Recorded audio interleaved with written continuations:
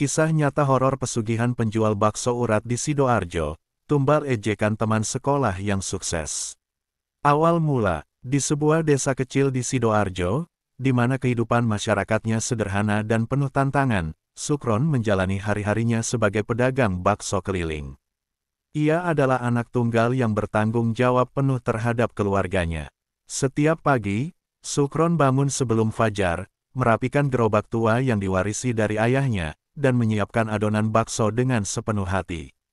Meski keletihan sering menghampiri, semangatnya untuk memberi yang terbaik bagi orang tua yang sudah renta membuatnya terus melangkah. Sukron sering berkeliling desa, menjajakan baksonya dari rumah ke rumah. Ia memiliki pelanggan setia, tetapi penghasilannya tidak pernah mencukupi untuk memenuhi kebutuhan sehari-hari. Ia merasa terjebak dalam rutinitas yang monoton, dan setiap kali melihat teman-teman sebayanya yang sukses, hatinya terasa nyeri. Mereka yang dulunya bersamanya di sekolah kini telah berhasil membuka usaha sendiri, menikmati kehidupan yang lebih baik. Sementara itu, ia masih berjuang untuk menghidupi orang tuanya. Tiap kali ia bertemu dengan teman-teman lamanya, mereka selalu membicarakan kesuksesan dan mimpi-mimpi besar. Di dalam hati, Sukron merasa terasing, seakan ada jurang yang memisahkan mereka. Ketika mereka menawarkan tawaran bisnis atau investasi, ia hanya bisa tersenyum kecut. Di balik senyuman itu, ada kerinduan untuk bisa berada di posisi mereka, menjalani hidup yang lebih baik. Suatu malam, saat menjajakan bakso di pinggir jalan, Sukron mendengar percakapan antara dua orang pedagang. Mereka membahas tentang seorang dukun yang bisa memberikan kekayaan secara instan melalui praktik pesugihan. Awalnya, ia merasa skeptis, tetapi rasa penasaran mulai menggerogoti pikirannya. Ia mulai membayangkan bagaimana jika ia bisa mendapatkan kekayaan dengan cepat. Dengan semangat yang berkobar, Sukron memutuskan untuk mencari informasi lebih lanjut. Ia bertanya kepada seorang penjual tua di sudut jalan yang dikenal memiliki banyak kisah. "Kau ingin kaya?" "Iya." "Cobalah pesugihan. Banyak yang sudah berhasil," ucap penjual tua itu dengan suara parau. Kata-kata itu seperti mantra yang membangkitkan harapan di dalam diri Sukron. Malam itu, Sukron terjaga lebih lama dari biasanya. Ia berbaring di ranjangnya, memikirkan peluang yang ditawarkan. Dalam pikiran Sukron, kekayaan bukan hanya tentang uang, tetapi juga tentang harga diri dan pengakuan dari orang-orang di sekitarnya. Ia ingin membuktikan bahwa ia bisa sukses, bahwa ia tidak kalah dari teman-temannya. Namun, di balik keinginan itu, ada rasa takut yang menggelayuti hati Sukron. Ia tahu bahwa pesugihan adalah praktik yang berbahaya, dan ada harga yang harus dibayar. Tetapi semakin dalam ia merenungkan kehidupannya, semakin ia merasa terjebak dalam kesedihan dan keputusasaan. Sukron berjuang melawan suara hatinya yang berbisik untuk tidak melanjutkan jalan ini. Di pagi hari, ketika ia memulai rutinitasnya menjajakan bakso, pikirannya terus melayang pada tawaran yang menggiurkan itu. Sukron merasa terombang-ambing antara harapan dan ketakutan, tetapi dorongan untuk mengubah hidupnya lebih kuat. Ia tahu, jika tidak sekarang, kapan lagi? Dalam benaknya, ia membayangkan kehidupannya yang lebih baik, di mana ia bisa mengangkat derajat keluarganya dan menghapus ejekan teman-temannya. Akhirnya, Sukron memutuskan untuk melangkah maju, terjebak dalam janji manis yang ditawarkan oleh dunia gelap pesugihan. Keputusan itu menjadi titik awal dari perjalanan yang akan mengubah hidupnya selamanya, meski ia tidak tahu bahwa jalan yang ia pilih penuh dengan risiko dan konsekuensi yang mengerikan. Terjerat janji manis. Setelah mendengar tentang pesugihan dari penjual tua, Sukron tidak bisa menghilangkan rasa penasaran yang menggerogoti pikirannya. Ia mulai mencari tahu lebih banyak tentang praktik ini, bertanya kepada beberapa orang di desanya. Beberapa orang menganggapnya mitos, tetapi ada juga yang bercerita tentang keberhasilan mereka. Ini semakin memicu keinginan Sukron untuk mencoba. Di suatu sore, setelah menjajakan bakso, Sukron beranikan diri untuk pergi menemui seorang dukun yang terkenal di desa sebelah. Dukun itu dikenal memiliki kemampuan luar biasa dalam memberikan kekayaan kepada siapapun yang mau menyerahkan sesuatu sebagai tumbal. Dalam perjalanan menuju rumah dukun, Sukron merasakan keraguan yang menyelimuti hatinya. Namun, saat ia memikirkan kehidupan sulitnya, rasa ingin tahunya mengalahkan ketakutannya. Saat tiba di rumah dukun, suasana di sekitar tampak mencekam. Dukun tersebut, seorang pria tua dengan tatapan tajam, menyambut Sukron dengan senyuman misterius. "Kau datang untuk mencari kekayaan?" tanyanya. Sukron mengangguk, mulutnya terasa kering. Dengan suara tenang, dukun itu mulai menjelaskan syarat-syarat untuk melakukan pesugihan.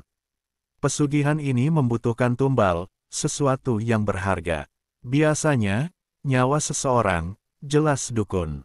Sukron tercekat. Ia tidak pernah membayangkan bahwa harga untuk kekayaan akan begitu tinggi.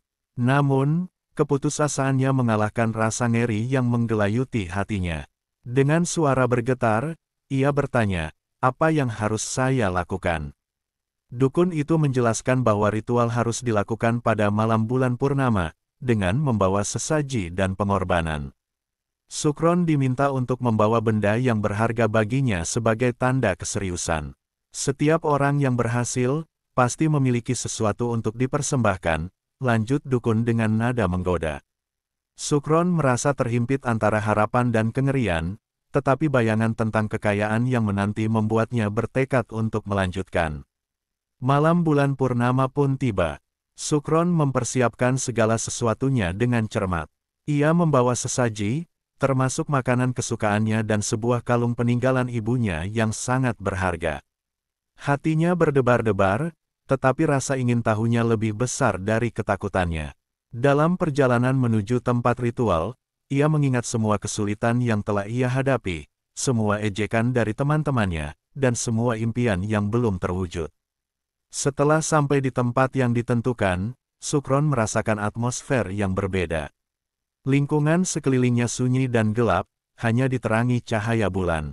Ia melihat dukun sudah menunggu di sana, dengan segala perlengkapan ritual yang siap.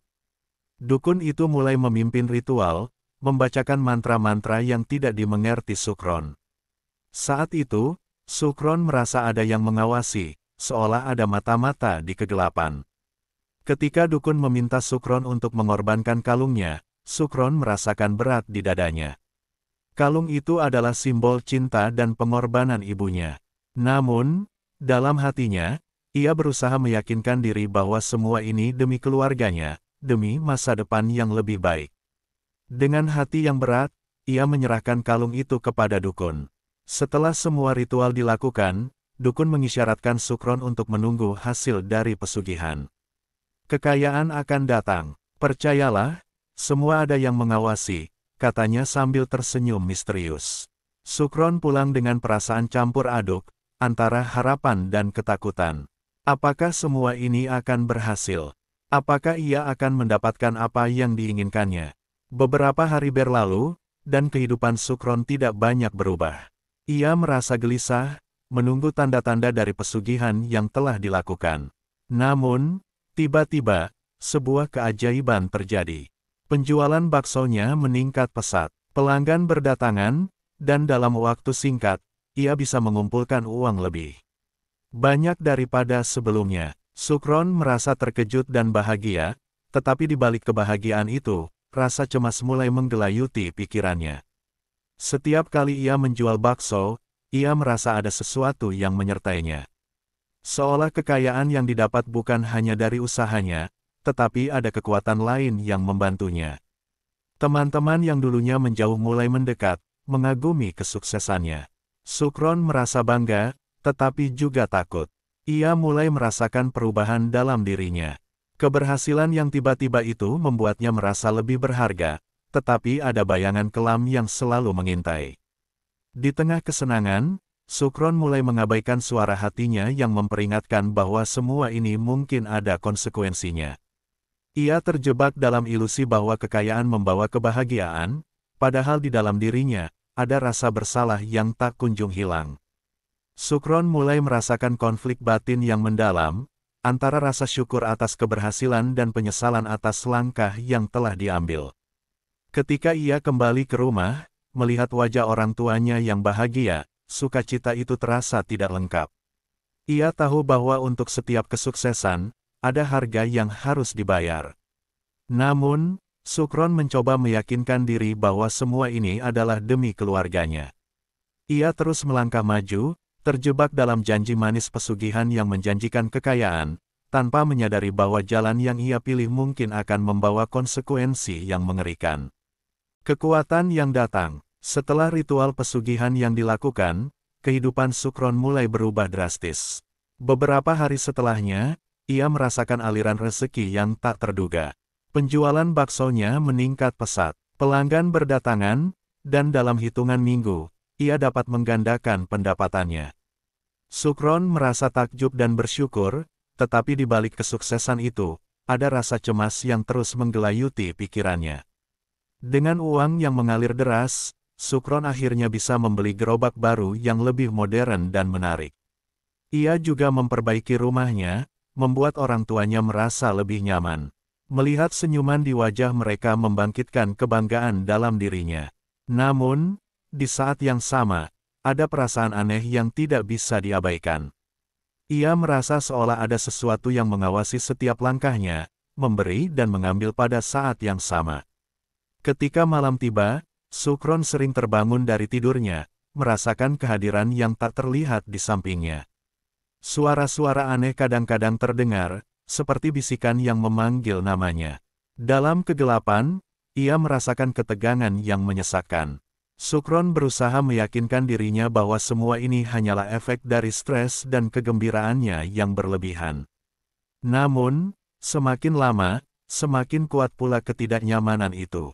Sukron mulai menjauh dari teman-temannya yang dulunya dekat. Mereka yang dulu menjadi sahabat kini mulai curiga dengan kesuksesannya yang tiba-tiba.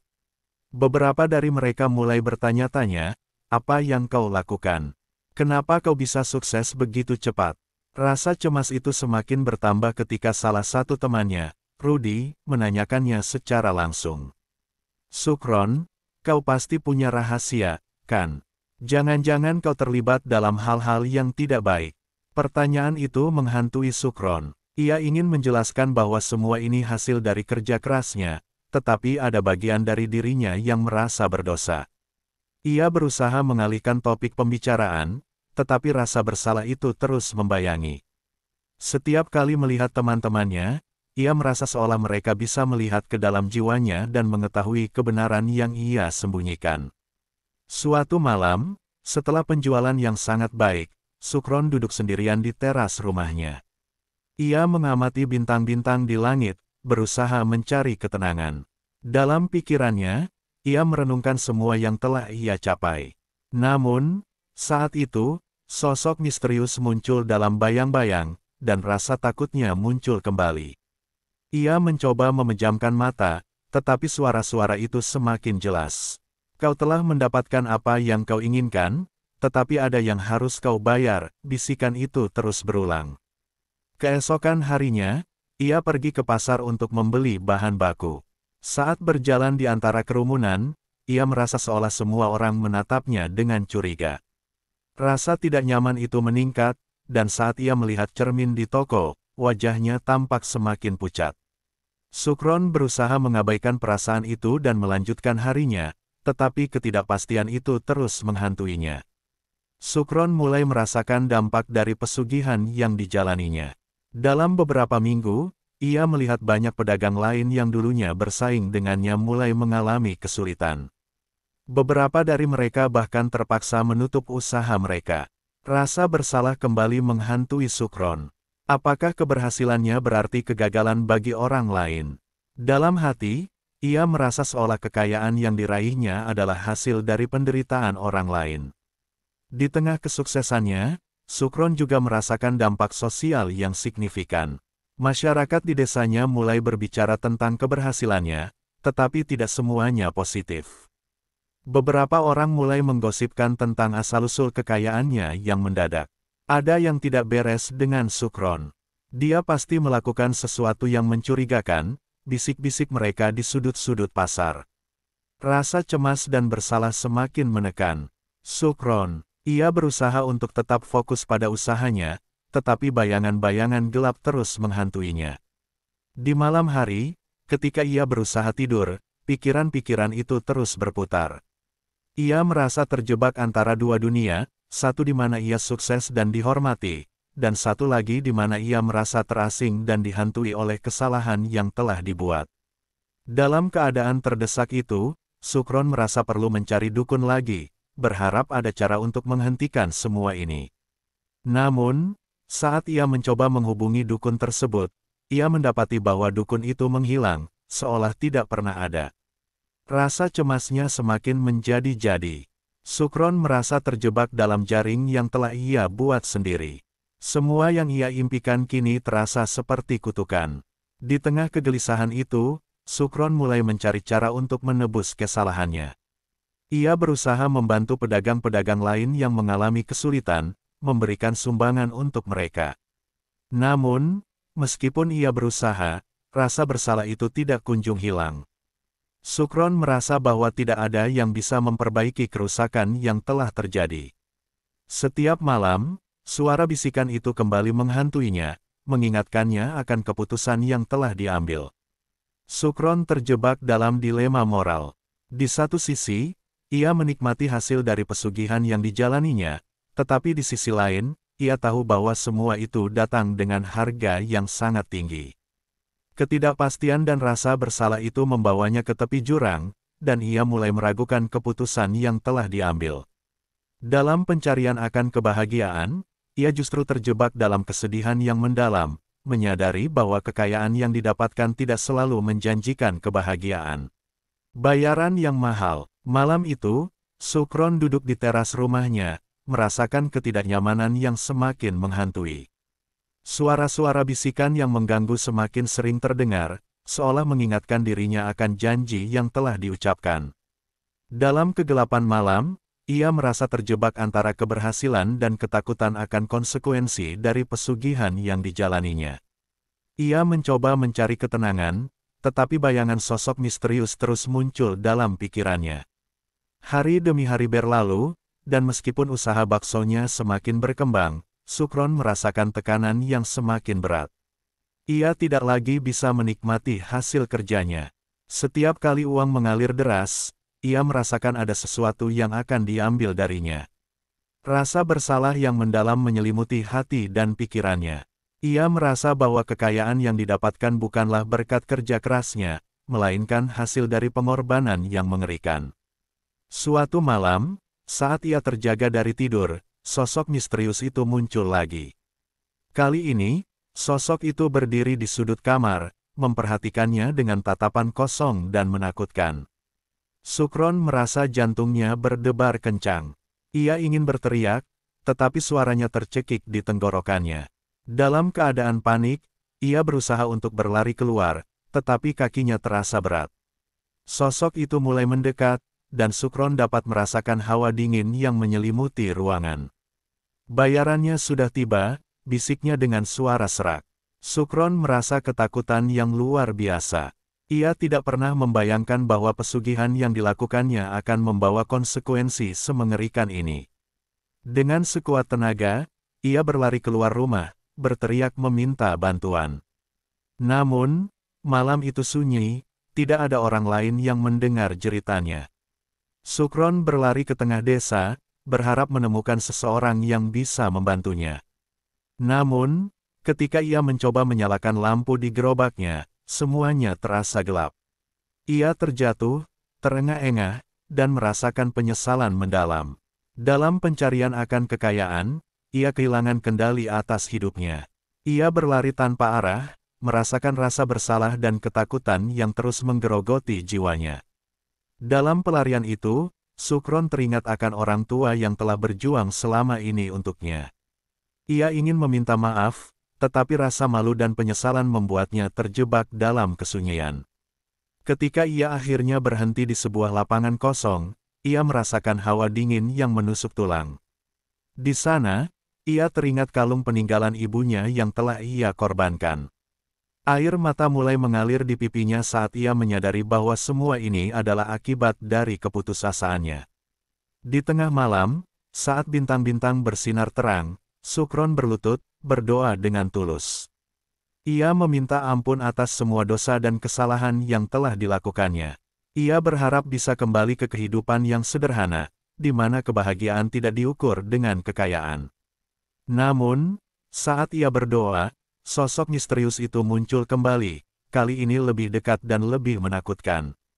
Sukron merasakan hawa dingin yang menusuk, dan jantungnya berdegup kencang. "Bayaranmu sudah tiba," ucap sosok itu, dan Sukron merasakan ketakutan yang tak tertahankan. Ia berusaha melawan rasa takutnya, tetapi suara itu semakin mendekat. Dalam keadaan putus asa, Sukron berteriak, "Tolong, jangan ambil aku. Aku akan berubah. Aku akan memperbaiki semuanya." Tetapi sosok itu hanya menggelengkan kepala, dan dalam sekejap, semuanya menjadi gelap. Sukron terjatuh, tidak tahu apa yang terjadi. Ketika ia membuka mata, ia sudah berada di rumah, tetapi sesuatu terasa berbeda. Suara-suara bisikan itu kini semakin keras, dan ia merasa seolah ada sesuatu yang mengawasi setiap gerakannya. Keesokan harinya, Sukron merasa lelah dan bingung. Ia berusaha kembali ke rutinitas sehari-hari, tetapi ketidaknyamanan itu terus menghantuinya. Setiap kali ia menjual bakso, ia merasakan kehadiran sosok itu, seolah mengawasi dan menunggu saat yang tepat untuk menuntut bayarannya. Rasa bersalah semakin mencekam, dan ia mulai menjauh dari orang-orang di sekitarnya. Sukron mencoba untuk melakukan kebaikan, memberikan sumbangan kepada pedagang-pedagang yang kesulitan dan membantu sesama. Namun, meskipun ia berusaha, rasa bersalah itu tidak kunjung hilang. Setiap kali melihat orang tuanya tersenyum, ia merasa seolah mereka tidak tahu apa yang sebenarnya terjadi. Sukron merasa terasing di antara mereka, terjebak dalam dunia yang tidak bisa ia ceritakan. Ketika malam tiba, Sukron sering terbangun dengan mimpi buruk yang sama. Dalam mimpinya, ia melihat sosok misterius itu mengulurkan tangan, menuntut bayaran yang belum dibayarkan. Ia merasa semakin tertekan, tetapi tidak tahu harus berbuat apa. Rasa ketakutan dan penyesalan semakin menggerogoti jiwanya. Sukron merasa terjebak dalam kutukan yang sulit dihindari. Akhirnya, Sukron menyadari bahwa untuk setiap tindakan, pasti ada konsekuensi. Ia terjebak dalam lingkaran setan, dan tidak ada jalan untuk kembali. Dalam keputusasaannya, ia merasakan betapa mahalnya harga yang harus dibayar untuk kekayaan yang didapatkan. Ia ingin mengubah hidupnya, tetapi bayangan gelap itu selalu membayangi, dan Sukron tahu bahwa ia harus menghadapi kenyataan pahit dari pilihan yang telah diambil. Penyesalan abadi. Hari-hari berlalu, tetapi Sukron merasa semakin tertekan. Meskipun ia memiliki kekayaan yang melimpah, hidupnya terasa hampa dan penuh ketakutan. Setiap kali ia menjual bakso, ia merasa ada sesuatu yang mengawasi, menunggu saat yang tepat untuk menuntut bayaran yang belum terbayar. Suara bisikan itu semakin jelas, dan Sukron merasakan ketidaknyamanan yang tak tertahankan. Ia berusaha untuk hidup normal, tetapi setiap kali melihat senyuman di wajah orang tuanya, rasa bersalah semakin menggerogoti hatinya. Sukron merasa seolah ia hidup dalam dua dunia, satu di mana ia sukses dan dihormati, dan satu lagi di mana ia terjebak dalam rasa bersalah dan penyesalan. Ia mulai menjauh dari teman-teman, merasa bahwa mereka tidak lagi memahami apa yang sedang ia alami. Suatu malam, saat semua orang di desa tertidur, Sukron terbangun dengan rasa cemas. Ia merasa ada yang salah. Dalam kegelapan, ia mendengar suara yang semakin dekat. "Kau telah mendapatkan apa yang kau inginkan, tetapi ada yang harus kau bayar," bisikan itu kembali mengisi pikirannya. Dalam ketakutan, ia berusaha untuk menenangkan diri, tetapi suara itu semakin menggema, membuatnya merasa terjebak dalam ketidakpastian. Keesokan harinya, Sukron memutuskan untuk mencari dukun yang pernah membawanya ke jalan pesugihan. Ia berharap ada cara untuk menghentikan semua ini, untuk mendapatkan kembali ketenangannya. Namun, saat ia mencari, ia mendapati bahwa dukun itu telah menghilang, seolah tidak pernah ada. Tidak ada jejak yang tersisa, dan Sukron merasa semakin putus asa. Dalam keadaan terdesak, Sukron mencoba menghibur diri dengan melakukan kebaikan. Ia memberikan sumbangan kepada pedagang-pedagang yang kesulitan dan berusaha membantu sesama. Namun, meskipun ia berusaha keras, rasa bersalah itu tidak kunjung hilang. Setiap kali ia melihat orang tuanya yang berjuang, hatinya semakin hancur.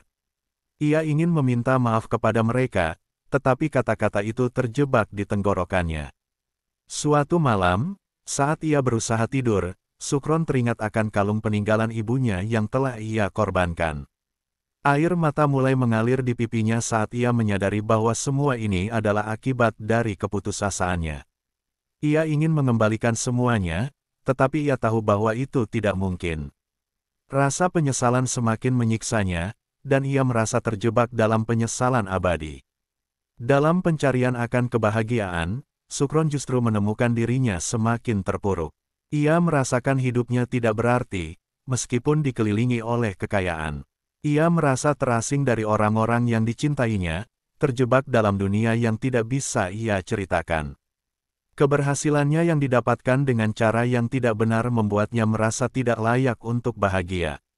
Akhirnya, Sukron mengumpulkan keberanian untuk berbicara dengan orang tuanya. Dalam suasana haru, ia mengungkapkan semua yang telah terjadi. Ia menceritakan tentang pesugihan, tentang sosok misterius yang terus menghantuinya, dan tentang rasa bersalah yang menggerogoti hatinya.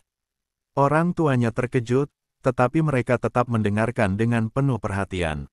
Air mata mulai mengalir di wajah ibunya saat ia mendengar cerita Sukron. "Kau adalah anak kami, Sukron. Kami tidak peduli seberapa kaya atau miskin kau. Yang kami inginkan hanyalah kebahagiaanmu," ucap ibunya dengan lembut. Namun, Sukron merasa bahwa ia telah mengecewakan mereka. Dalam hatinya, ia tahu bahwa tidak ada yang bisa mengembalikan waktu atau memperbaiki kesalahan yang telah dilakukan. Di malam yang sama, Sukron merasa putus asa. Ia tidak tahu harus berbuat apa lagi. Rasa bersalah dan penyesalan terus menghantuinya, dan dalam kegelapan, ia melihat sosok misterius itu muncul kembali. Kali ini, sosok itu lebih dekat, dan Sukron merasakan ketakutan yang luar biasa. Ia berusaha melawan rasa takutnya, tetapi tidak ada jalan untuk melarikan diri. "Bayaranmu sudah tiba," bisik sosok itu, dan Sukron merasakan hawa dingin yang menusuk.